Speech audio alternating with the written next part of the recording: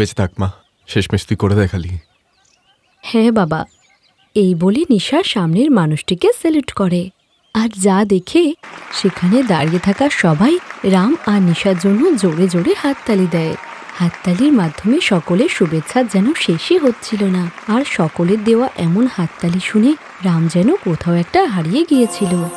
রামের মনে পড়ল কলেজের দিনে যখন সে স্টেজে দাঁড়িয়ে গান করছিল, তখনও সকলে এমনই হাততালি দিয়েছিল। সকলে তার প্রশংসা করে গেলেও রাম তো সন্ধ্যাকেই দেখছিল। এই কাহিনীটি হলো রাম, সন্ধ্যা আর নিশার।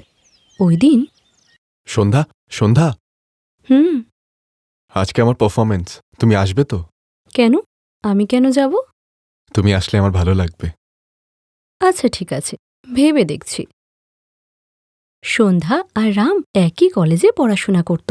সুন্দরী হওয়ার সঙ্গে সঙ্গে সন্ধ্যা সংস্কারী আর বুদ্ধিমতীও ছিল। আর রাম যে সন্ধ্যাকে পছন্দ করে সেটা সন্ধ্যাও জানত, কিন্তু রাম সন্ধ্যাকে কখনো এটা বলতে পারত না। তবে সেই দিন পারফরমেন্সের পরে রাম সাহস করে সন্ধ্যাকে বলল, সন্ধ্যা, আমি তোমাকে কিছু বলতে চাই। থাক রাম, আমি জানি তুমি কি বলতে চাও। দেখো রাম, তুমি যেটা ভাবছ সেটা কখনো হওয়ার নয়। অসুবিধাটা কি? আমি পড়াশোনায় ভালো, ভালো গান গাই, আমার বাবা চাকরি করে, তা তুমি মানছো না কেন? আমার অসুবিধা নয় রাম, আমার বাবা মানবে না। তুমি জানো আমার বাবা একজন কৃষক। আমার বাবা চায় আমি আর বোন পড়াশোনা করে বড় কিছু একটা করি। আর আমি যতটুকু বাবাকে চিনি, জাতপাতের বাইরে বাবা আমার বিয়ে দেবে না। যুগ পাল্টেছে সন্ধ্যা, এখন এই জাতপাতের ব্যাপারে কেউ... আমি ভাবি না রাম, এটা বাবা ভাবে। আর তাছাড়াও বাবা এখন অসুস্থ রয়েছেন। আমি বাবাকে কোনো রকম কষ্ট দিতে চাইছি না। এই বলে সন্ধ্যা সেখান থেকে চলে গেলেও রাম সন্ধ্যাকে খুবই ভালোবাসত। তাই সে যে কোনো মতেই সন্ধ্যাকে বিয়ে করতে চাইছিল। তাই তো সন্ধ্যা বারণ করার পরেও সে সন্ধ্যার পিছন পিছন তার বাড়ি পর্যন্ত চলে যায়। আর দেখে শহর থেকে খুবই দূরে সন্ধ্যারা একটা মাটির বাড়িতে বসবাস করত। আর ভগ্নপ্রায় মাটির এই বাড়িটাকে দেখে রাম বুঝতে পেরেছিল যে সন্ধ্যা আসলে কতটা কষ্টে আছে। আর রাম ঘরের ভিতরে গিয়ে দেখল যে সন্ধ্যা তার বাবাকে ওষুধ খাওয়াচ্ছে আর পাশেই সন্ধ্যার বোন রান্না করছে। রাম, তুমি এখানে? আমি শুধু তোমার বাবার সাথে একটু কথা বলতে চাই। কে এসছে সন্ধ্যা? কেউ নয় বাবা। আমি রাম, নমস্কার। নমস্কার। আমি তো তোমায় ঠিক চিনলাম না বাবা। আমি আপনার মেয়ের সঙ্গে কলেজে পড়ি। কাকাবাবু, আমি আপনার মেয়েকে ভালোবাসি এবং ওকে বিয়ে করতে চাই। এই বাড়ির অবস্থাটা দেখেছো বাবা, আমি তোমাকে কি বা দিতে পারবো? আমার কিচ্ছু চাই না, আপনি সন্ধ্যাকে এক কাপড়ে আমার সঙ্গে পাঠিয়ে দিন। আমি কথা দিচ্ছি সারা জীবন ওর খেয়াল রাখবো। রাম, তুমি আমার খেয়াল তো রাখবে, কিন্তু আমার ছোট বোনটার কি হবে? ওই দেখো আমার ছোট বোন, ও এখন স্কুলে পড়ে। কলেজ শেষ হয়ে যাওয়ার পরে আমি একটা চাকরি করি। সেখান থেকে যে টাকা পাই সেটাতেই আমার সংসার চলে আর বাবার ওষুধও কেনা হয়, বুঝেছ? তাই তো আমি তোমাকে বিয়ের জন্য বারণ করলাম, আর তুমি সোজা বাড়িতে চলে এলে। আমার এমন অবস্থায় আমি তোমাকে কেন, কাউকে বিয়ে করতে পারবো না। এবার তুমি যাও প্লিজ। এরপর চোখে জল নিয়ে রাম সেখান থেকে চলে যায়। সে তো জানতই না যে সন্ধ্যা এত খারাপ অবস্থার মধ্যে রয়েছে, কিন্তু রাম সবটা ঠিক করেই ফেলেছিল। তাই তো পরের দিন সকালবেলাতে রাম সন্ধ্যার বাড়িতে এসে বাইকে করে সন্ধ্যাকে কলেজে পৌঁছিয়ে দেয়। আর বিকালবেলাতে সন্ধ্যার বাবার ওষুধ কিনে নিয়ে সন্ধ্যাকে আবার বাড়ি পৌঁছিয়ে দেয়।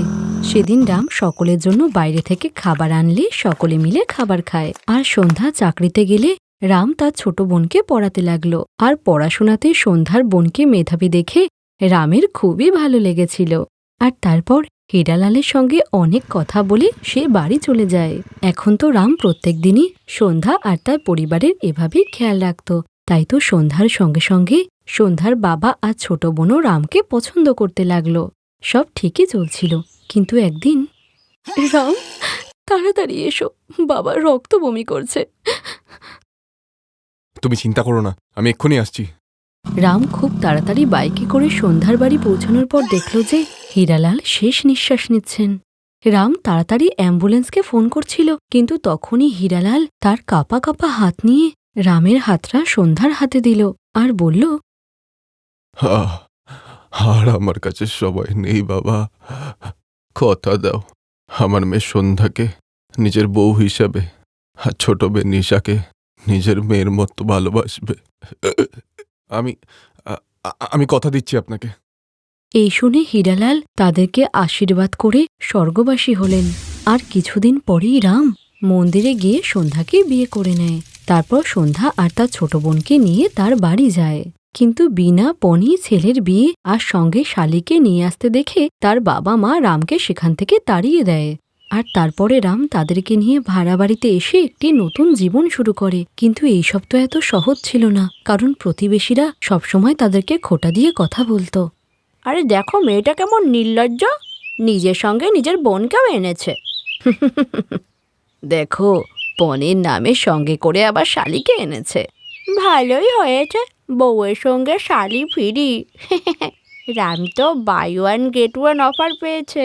হ্যাঁ, রাম আর সন্ধ্যা এইসব কথা শুনেও চুপচাপই থাকতো। সেদিন বিকালে, জামাইবাবু তুমি আমাকে পড়াবে? জামাইবাবু না, আজ থেকে আমাকে তোমার বাবা বলবে। আজ থেকে আমি তোমার বাবা আর তুমি আমার মেয়ে।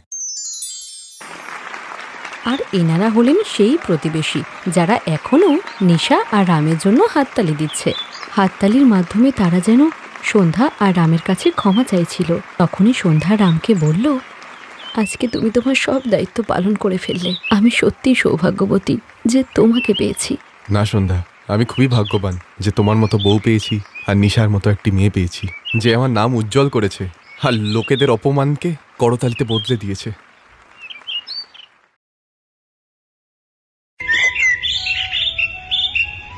আমরাও দেখছি ও আমাদের সাথে কি করে না গিয়ে থাকে।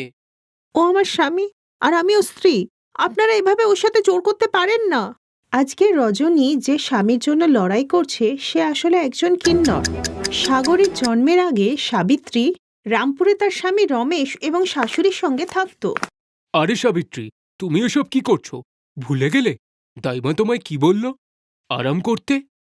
আমিও তো ওকে এই কথাই বলি, কিন্তু ও কি শোনে? হে ভগবান, মা, পেটে যে খুব ব্যথা করছে। মনে হচ্ছে বৌমার প্রসব যন্ত্রণা শুরু হয়ে গেছে। রমেশ, তুই তাড়াতাড়ি দাইমাকে ডেকে নিয়ে আয়। মা তুমি এখানেই থাকো, আমি এক্ষুনি ওনাকে নিয়ে আসছি। এরপর রমেশ দাইমাকে নিয়ে এলো। ওরা দুজনে যখন বাইরে অপেক্ষা করছিল তখন দাইমা ভেতর থেকে বাইরে এলো। ওনার মুখটা উদাস ছিল। কি ব্যাপার সুশীলা, তোর মুখটা এমন কেন? মা আর সন্তান ঠিক আছে তো? মাসিমা, এখন আমি কি আর বলবো? তোমার গত জন্মের পাপই বলো বা এ জন্মের কোনো ভুলই বলো, তোমার বৌমা এক কিন্নরকে জন্ম দিয়েছে। কি এ কি বলছিস সুশীলা? সাবিত্রী বৌমা একটা কিন্নরকে জন্ম দিয়েছে? পোড়ামুখী, এ তুই কি করলি? এখন কি হবে মা? আমরা যে পুরো গ্রামে আর মুখ দেখাতে পারবো না। না না, আমি এই কিন্নরের বাবা হতে পারবো না। আমি এক্ষুনি গিয়ে গলা টিপে ওই কিন্নর বাচ্চাটাকে মেরে ফেলবো। তারপর দাইমা চলে গেলে রমেশ রেগে সাবিত্রীর কাছে গিয়ে ওই সদ্যজাত বাচ্চাটির গলা টিপতে থাকে। না না, এমনটা করো না গো। ও যেরকমই হোক না কেন, এই অভাগা যে আমারই সন্তান। ওকে যে আমি 9 মাস পেটে রেখেছি। ওকে মেরো না গো, ওকে ছেড়ে দাও। রমেশ, তুই চলে আয় আমার সঙ্গে। পড়ে থাকতে দে ওর মাকে ওই কিন্নর সন্তানকে নিয়ে। এরপর রমেশ ওর মায়ের সাথে বাইরে গেলে সাবিত্রী ওদের সব কথা শুনে নেয়। দেখ বাবা রমেশ, তুই যদি এখন এই সন্তানের গায়ে হাত দিস তাহলে যে গ্রামে শোরগোল পড়ে যাবে। তাই রাতে সাবিত্রী ঘুমিয়ে থাকলে তুই ওটাকে নিয়ে জলে ফেলে দিবি। আমি আমার ছেলেকে কিছু হতে দেব না, আমি এখান থেকে চলে যাব। এরপর সাবিত্রী তার ছেলেকে নিয়ে সেখান থেকে পালিয়ে যায়। আর মঙ্গলপুর গ্রামে এসে দিনমজুরের কাজ করে সাবিত্রী তার ছেলে সাগরকে বড় করতে লাগলো। আর সবার কাছ থেকে সাগরের সত্যিটাও লুকিয়ে রাখলো। সাগর পড়াশোনা শিখে ওই গ্রামেরই একটি স্কুলে পড়াতে লাগলো। সাগর গরিব ছেলে মেয়েদের বিনামূল্যে শিক্ষা দিত। ওই ছাত্রদের মধ্যে রজত নামে একটি ছাত্রের দিদি রজনী সাগরকে পছন্দ করত, কিন্তু সাগর সেটা চাইতো না। সাগর, তুমি আমার থেকে দূরে দূরে থাকো কেন? এই জন্য কি যে আমি শহরের মেয়েদের মতো লেখাপড়া জানা সুন্দরী নই? কিন্তু তুমি যে আমার মনটা দেখলে না, সেখানে যে তোমার নামই লেখা আছে। রজনী, আছে একটা কারণ যা আমি তোমাকে কোনোদিনও বলতে পারবো না, তাই তুমি আমার থেকে কোনো আশা রেখো না। এই শুনে রজনী খুবই দুঃখ পায়। কিছুদিন বাদে রজনীর বিনোদ নামে একটি ছেলের সাথে বিয়ে ঠিক হয়ে যায়। কিন্তু বিয়ের দিনে ছেলের বাবা পণ নিয়ে ঝামেলা শুরু করে। মহাজন বাবু, আপনি আমাকে কয়েকটা দিন সময় দিন। ফসলটা বিক্রি হলেই আমি আপনাকে বাকি টাকাটা দিয়ে দেব। ঠিক আছে, তবে আমরা বরযাত্রী ফিরিয়ে নিয়ে যাচ্ছি। কৃষ্ণবাবু, দয়া করে আপনি এটা বলবেন না কৃষ্ণবাবু। মা মরা আমার ছেলেমেয়েরা আগে থেকেই অনেক কষ্ট সহ্য করেছে, তাই আপনি এমনটা করবেন না। আমি আপনার পায়ে ধরছি। বাবা, তুমি আমার জন্য এরকম লোভী লোকেদের পায়ে পড়ো না। তুমি ওদের চলে যেতে বলো বাবা। আমি এরকম লোভী লোকেদের বাড়ির বউ হতে চাই না। তার থেকে আমি কুমারীই ভালো। উঠে আয় বাবা বিনোদ, বিয়ে ক্যান্সেল। যাবেন না কৃষ্ণবাবু, যাবেন না দয়া করে। বিয়ের পিঁড়ি থেকে বর ফিরে গেলে রজনী এই আঘাত সহ্য করতে না পেরে আত্মহত্যা করার জন্য কুয়োতে ঝাঁপ দিল। হঠাৎ সাগর এটা দেখে ফেলে এবং তাকে বাঁচানোর জন্য সেও কুয়োতে ঝাঁপ দেয় আর কোনোভাবে রজনীকে কুয়ো থেকে বার করে। মা রজনী রে, তুই এ কি করতে যাচ্ছিলিস মা? বাবা সাগর, আজ তুমি না থাকলে যে আমার মেয়েটাকে আমি চিরকালের মতো হারিয়ে ফেলতাম। দিদি, তোমার কি হয়েছে? চোখ খোলো না দিদি। রজনীর প্রাণ বেঁচে গেল আর সাগরের প্রতি ওর ভালোবাসা আরো বেড়ে গেল। এখনো কোনো না কোনো বাহানাতে সাগরের বাড়িতে যেতে থাকলো। রজনী মা, কেমন আছো? আমি ভালো আছি মাসিমা। সাগর কোথায়? আসলে আমি একটু সুজির হালুয়া বানিয়েছিলাম, সাগরের পছন্দ, তাই নিয়ে এসেছি। কি মা, শুধু সাগরের জন্যই নিয়ে এলে, আমার জন্য নয়? না না মাসিমা, তুমিও খাও না। সে তো আমি। রজনী, তুমি এখানে? সাগর, রজনী তোমার জন্য সুজির হালুয়া বানিয়ে নিয়ে এসেছে। মাসিমা, আমি যাই তবে, খেয়ে কিন্তু বলবে কেমন লাগলো। এই বলে রজনী সেখান থেকে লজ্জা পেয়ে চলে গেলে সাগর সাবিত্রীকে বলল, মা, রজনী আমার সত্যিটা জানে না। আমি চাই না আমার জন্য ওর জীবন খারাপ হোক। যেটুকু আমি বুঝতে পারছি, ও আমাকে নিয়ে ওর মনে অন্য কিছু ভাবছে। আমি চাই ও আমার থেকে দূরে থাকুক, কারণ এটা তো ও জানে না যে আমি একজন কিন্নর। তাই আমি যে ওর চক্ষু নই মা। সাগর ভেবেছিল যে রজনী ওখান থেকে চলে গেছে, কিন্তু ও তো দরজার আড়ালে দাঁড়িয়ে ওদের সব কথা শুনছিল। সব কথা শুনে ওর পায়ের নিচের মাটি সরে যায় আর ওর চোখ দিয়ে জল বেরোতে থাকে। ও সারা রাত সাগরকে নিয়েই ভাবতে থাকে। পরের দিন রজনী সাগরের বাড়িতে গিয়ে সাবিত্রীর পা ছুঁয়ে বলল, মা, তুমি কি আমাকে নিজের বৌমা রূপে গ্রহণ করবে? রজনী, তুমি সাগরের ব্যাপারে কিছুই জানো না। সাগর, মা, কালকে তোমার আর সাগরের সব কথা আমি শুনে নিয়েছি। মা, ওর সত্যিটা জানার পর ওর প্রতি আমার ভালোবাসারও বেড়ে গেছে। সাগর আমার স্বামী হওয়ার জন্য পুরোপুরি উপযুক্ত, কারণ সাগরের মনটা যে খুব পরিষ্কার। আমার বাবা আমার জন্য যে ছেলে দেখেছিল সে তো ছিল 1 নম্বরের লোভী, তাই ওরকম একটি বাজে ছেলেকে বিয়ে করাচ্ছে সাগরের মতো সৎ ছেলেকে বিয়ে করা অনেক ভালো। আমি ওকেই বিয়ে করব। বেঁচে থাকো মা, বেঁচে থাকো। তুমি আমার সাগরের জীবনে খুশি নিয়ে এলে। সাগর সব সত্যিটা জেনে আর রজনীর অটুট ভালোবাসা দেখে সাগর ওকে বিয়ে করার জন্য হ্যাঁ বলে দেয়, আর রজনীর বিয়ে সাগরের সাথে হয়ে যায়। একদিন সাবিত্রীর স্বামী রমেশ ওই গ্রামেতে আসে আর সে সাবিত্রী আর সাগরকে একটি দোকানে দাঁড়িয়ে থাকতে দেখে। সাবিত্রী আর সাগর দোকান থেকে বাড়ির দিকে চলে গেলে রমেশ ওই দোকানদারের কাছে এসে জিজ্ঞেস করে, দাদা, এই মহিলাটাকে যে আপনার দোকান থেকে এইমাত্র জিনিস নিয়ে গেল? আরে উনি তো সাবিত্রী বোন, আর সাথে ওনার ছেলে সাগর, স্কুলের টিচার, আর সবে কদিন হলো বিয়ে করলো। আরে, এ কি করে সম্ভব? আমার ছেলে তো একজন কিন্নর, আর কিন্নর কি করে কারুর স্বামী হতে পারে? নিশ্চয়ই সাবিত্রী ওর কিন্নর হওয়ার কথাটা সবার থেকে লুকিয়েছে। তাই যদি গিয়ে আমি শহরের কিন্নরদের এই কথাটা জানিয়ে দিই, তাহলে আমি কিছু টাকাও পাবো আর ওরা ওকে তুলেও নিয়ে যাবে। হ্যাঁ, এটাই করব। রমেশ সাগরের বাবা হয়েও শহরে গিয়ে সব কিন্নরদের সাগরের আসল পরিচয় বলে দিল আর বিনিময়ে ওদের কাছ থেকে 50,000 টাকা নিয়ে নেয়। এরপর সব কিন্নররা সাগরকে নিতে গ্রামে পৌঁছে যায়। রজনী ওই সময় নিজের বাপের বাড়িতে গিয়েছিল। সব গ্রামবাসীরাও এই সত্যিটা জেনে যায়। হায় হায়, আমিও দেখছি তুই কি করে না গিয়ে থাকিস। তুই কিন্নর, আর তোকে আমরা আমাদের সাথে নিয়েই যাব। তোর বাবা 50,000 নিয়ে আমাদের এই খবরটা দিয়েছে। মা, আমি কি করব কিছুতেই বুঝতে পারছি না। আমার বাবাই যে আমার বিরুদ্ধে। আমি জানতাম না রে বাবা, তোর বাবাই যে একদিন তোর কাল হয়ে দাঁড়াবে। ছোটবেলায় তো আমি তোকে ওর হাত থেকে বাঁচিয়ে নিয়েছিলাম। হে ভগবান, আমার ছেলেকে বাঁচাও। তখনই রজনী এসে কিন্নরদের সামনে দাঁড়ায়। আরে, এই মহিলা তো পাগল হয়ে গেছে। এই কিন্নরকে নিজের স্বামী বলছে। শোন, আমরা টাকা দিয়েছি, তাই ওকে না নিয়ে এখান থেকে যাব না কিন্তু, বলে দিলাম। ও আমার স্বামী, আর ও নিজের ইচ্ছা অনুযায়ী যেখানে খুশি থাকতে পারে। তুমি ওকে জোর করতে পারো না। আইন অনুযায়ী যে কোনো মানুষ তার নিজের ইচ্ছা মতো জীবনযাপন করতে পারে। তাই আমাদের ইচ্ছা আমরা একে অপরের সাথেই থাকবো। গ্রামবাসীরা রজনীর সাহসের প্রশংসা করে আর সবাই মিলে ওর সাথ দেয়। সব গ্রামবাসীরা জানতো যে সাগর একজন ভালো মানুষ, তাই সব গ্রামবাসীরা টাকা তুলে কিন্নরদের তাদের টাকা দিয়ে দেয়। এই নাও, আমরা গ্রামবাসীরা 50,000 টাকা তোমায় চাঁদা তুলে দিয়ে দিয়েছি। এখন আর ওদের বিরক্ত করো না।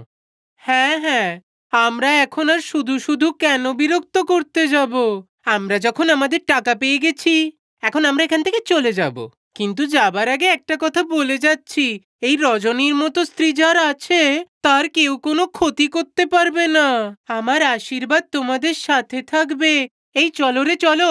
এরপর সাগর সব গ্রামবাসীদের ধন্যবাদ জানায় এবং সাগর আর রজনী মিলে সাবিত্রীর পা ছুঁয়ে আশীর্বাদ নেয়, আর সাবিত্রী তার ছেলে বউকে বুকে জড়িয়ে ধরে। Best buddies. হ্যালো ফ্রেন্ডস, এই ভিডিওটা দেখার জন্য ধন্যবাদ।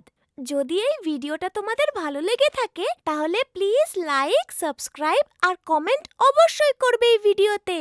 আর হ্যাঁ, শেয়ার করতে ভুলো না কিন্তু। আরো অনেক মজাদার ভিডিও দেখার জন্য নিচে দেওয়া এই বেল আইকনটাকে প্রেস করো। দেখতে থাকো বেস্ট বাডিজ।